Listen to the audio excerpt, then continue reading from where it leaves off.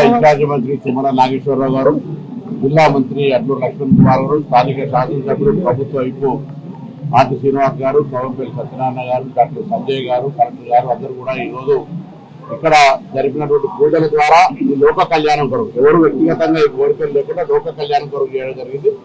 తద్వారా మా ప్రాంతం అంతా సమృద్ధి వర్షాలతో ఆయుర ఆరోగ్యాలతో పాడి పంటలతో ఉన్నారని కోరుకుంటూ అందులో భాగంగా ఈరోజు కొన్ని వారు కార్యక్రమాలను ప్రారంభించారు. అందులో ఆర్టీసీ పరంగా కూడా ఇది, ఎందుకంటే వేములవాడ రోజు వేలాది మంది వచ్చే భక్తులకు సంబంధించి ఉన్న బస్టాండ్ను ఆధునీకరణ చేస్తూ దాదాపు 1,50,00,000 రూపాయలతోటి ఈరోజు శంకుస్థాపన చేస్తా ఉన్నాం. ఇక్కడ నుంచి వేములవాడ రావడానికి దేవాలయ అభివృద్ధి కూడా రాష్ట్ర ప్రభుత్వం ముఖ్యమంత్రి గారి ఆలోచన మేరకు దేవాలయం అంతా కూడా అభివృద్ధి జరుగుతూ ఉంది. రీతిలో గతంలో వాగ్దానాల మేరకే పరిమితమైన ఇప్పుడు అమలు చేసి చూపిస్తున్నాం అందరం కూడా ఆ రాజరాజేశ్వరి భక్తులుగా. కాబట్టి వచ్చే ప్రజల కొరకు అవసరం ఉండే విధంగా ఆర్టీసీ బస్టాండ్కి సంబంధించి కూడా అభివృద్ధి చేస్తా ఉన్నాం.